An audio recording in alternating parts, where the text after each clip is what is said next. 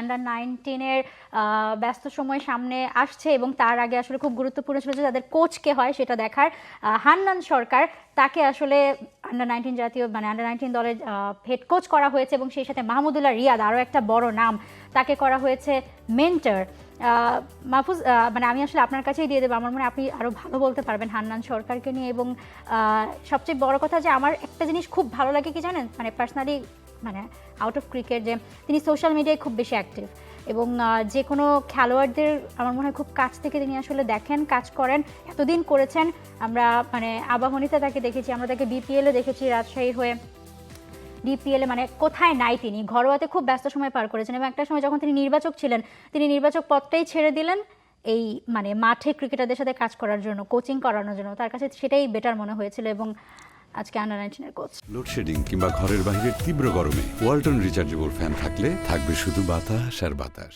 হান্নান ভাইয়ের দুটা জিনিস আমার কাছে খুব ভালো লাগে। একটা হচ্ছে তার বিনয়, আর দ্বিতীয়ত হচ্ছে তার তিনি যেটা করেন খুব ফোকাসড, খুবই ফোকাস থাকেন, ডিস্ট্রাক্টেড হন না যে একবার এটা আরেকবার ওইটা আরেকবার এটা অথবা একসাথে সবগুলা না। যেটার পেছনে তিনি যাচ্ছেন তার ক্লিয়ার ভিশন আছে, তিনি জানেন আমি কি করতে চাই এবং তিনি সেটাই করেন, খুব মন দিয়ে করেন। সে কারণে আজকের এই সাকসেসটা এসছে। আদারওয়াইজ তার হাতে নির্বাচক থাকার অপশন ছিল, সেটা তিনি করেননি। তিনি ডেফিনেটলি তার মনে হয়েছে কোচিং ক্যারিয়ারটাকে তিনি আরেকটু গ্ল্যামার দিতে চান এবং সেই জায়গাটাতে তিনি নিজের নামটাকে আর একটু প্রস্ফুটিত করতে চান। এইজ লেভেল থেকে তার সাথে যখন বিভিন্ন সময়ে যখন মাঠে যেতাম, কথা হতো যে ভাই অমুকের একটা ইন্টারভিউ দরকার, বলে যে না মাহফুজ ভাই এখন এটা নিয়েন না। কেন কি কারণে আপনি মানা করছেন? এখন যখন আপনি তাকে এক্সপোজ করবেন তখন এইটা নেওয়ার মতো ম্যাচুরিটি তার এখন আসে নাই।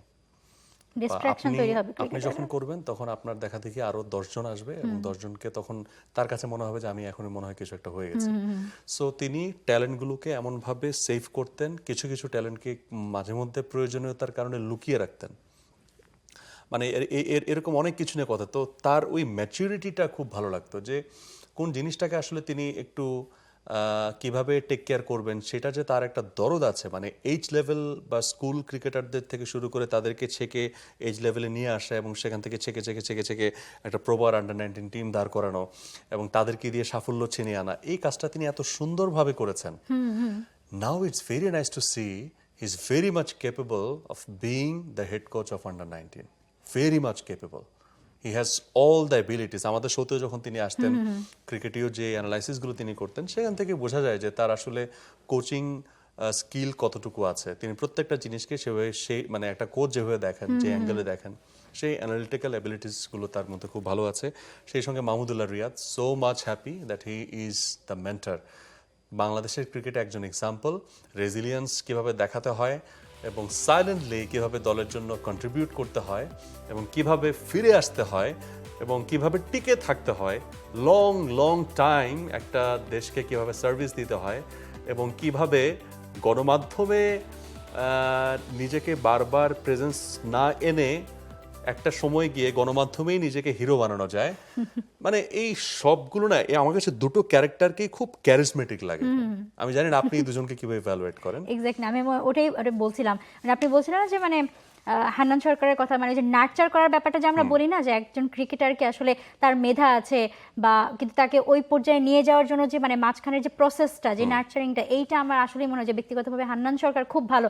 আছে না কিছু একটা, যে আমি একটা জিনিস হাতে একদম নিজে হাতে একদম দরদ দিয়ে বানালাম। সো এই জিনিসটা আমার কাছে খুব মনে হয় যে ক্রিকেটের সাথে প্রতি খুব দরদ আছে হান্নান সরকারের। এবং মাহমুদুল্লাহ রিয়াদের কথা আপনি যেটা বলছিলেন, যে একদমই তাই। এমনি তাকে আসলে সাইলেন্ট কিলার বলা হয় না, ঠিক আছে? Literally he is a silent killer. আপনি দেখেন কোনো সমালোচনার কোনো কিছুর ওইভাবে কোনো খোঁচাখুচি জবাব দেওয়া কিছুতেই তিনি নাই। তার কিন্তু তিনি যখন যেটা ডিজার্ভ করেন, যেটা করতে পারেন, যা তার করা উচিত, সময় তাকে সেখানে সেভাবে গুছিয়ে দিচ্ছে। মাহমুদুল্লাহ রিয়াদ তার মাধ্যমে আন্ডার-19 এর প্লেয়াররা একটা জিনিস খুব ভালো মতো শিখবে, যে স্পিক ইন 22 ইয়ার্স। 22 গজে কিভাবে আসলে কথা বলতে হয় ওইটা শিখবে, এর বাইরে না। আওয়াজ তারা 22 গজে দিবে। আই ডু বিলিভ মাহমুদুল্লাহ রিয়াদের কাছ থেকে এটা খুব ভালো মতো শিখবে হান্নান সরকার এবং Mahmudullah Riyad. We are really proud of you two.